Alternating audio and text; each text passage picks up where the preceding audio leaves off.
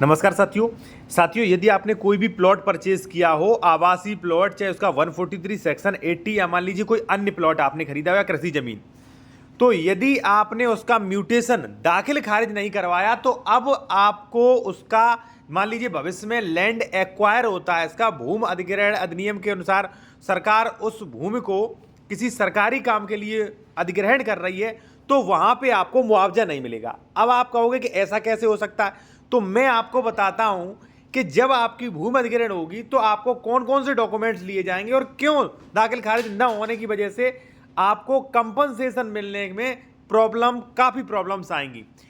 ठीक है, एक चीज़ मैं आपसे और कहूँगा, यदि इस मैटर पर, इस टॉपिक पर अन्य किसी कानूनी सलाह लेना चाहते हैं आप तो ले सकते हैं। कॉन्टैक्ट नंबर हमारा आपको वीडियो के डिस्क्रिप्शन में मिल जाएगा। साथियों यहाँ पर देखिए, जब भी लैंड एक्वायर होता है तो सरकार बाकायदा आपसे रजिस्ट्री लेती है। ठीक है, अब आपने मान लीजिए रजिस्ट्री करवा ली, म्यूटेशन नहीं करवाया, दाखिल खारिज नहीं करवाया, आपके एडवोकेट ने मना कर दिया या मान लीजिए प्रॉपर्टी डीलर ने आपको बेवकूफ़ बना दिया, वो एक अलग बात है। कई लोगों का मेरे पास फोन कॉल्स भी आता है, लैंड एक्वायर हुआ, सरकार ने वो जमीन जब्त कर ली। ठीक है, अब कई बार जो है नोटिस पहुंच जाता है जो जमीन बेच चुका है, क्योंकि खतौनी में उसके नाम जमीन है। अब सरकार आपसे कौन कौन से डॉक्यूमेंट्स मांगती है? फोटो जो कि नॉर्मल, ठीक है, आपसे आईडी, ठीक है, और बैंक पासबुक, फिर जो है यहाँ पे शपथ पत्र की बंधक और विवाद रहित जो है वो जमीन है। ठीक, फिर यहाँ पे 6 नंबर पे देखिए क्या है, सह खातेदारक का अंश प्रमाण पत्र, वर्तमान खतौनी की छाया प्रति, तहसील द्वारा निर्गत।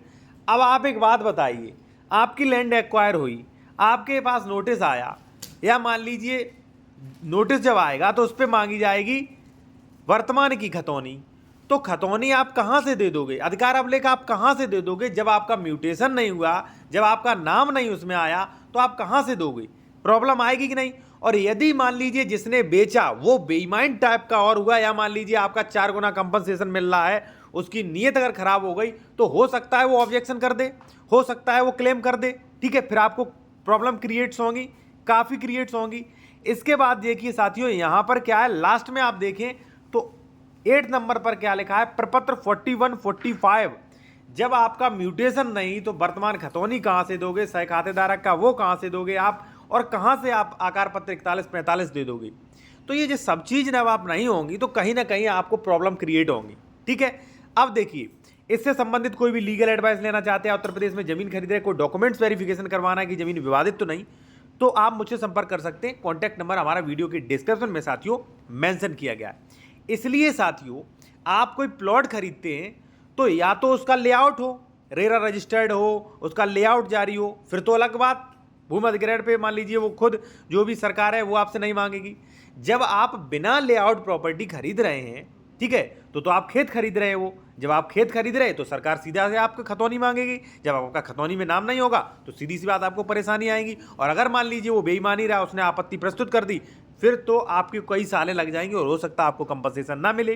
ठीक है, तो साथियों ये चीज़ें आप ध्यान में रखिए। और कई लोग ये कह देते थे कि अरे ये आवासीय हो गया, इसमें आवासीय स्टाम्प पे किया, आपका म्यूटेशन होगा। गलत, वो लोग बेवकूफ़ बना रहे हैं। फ्रैक्शन वाला नियम जो है वो 2004 में ही कैंसिल हो चुका है साथियों। ठीक है, तो इसलिए जो एडवोकेट्स जो हैं, प्रॉपर्टी डीलर के एडवोकेट्स जो हैं, वो मिली भगत से आपको बेवकूफ़ बना रहे हैं, तो बेवकूफ़ बनना आप बंद हो जाइए।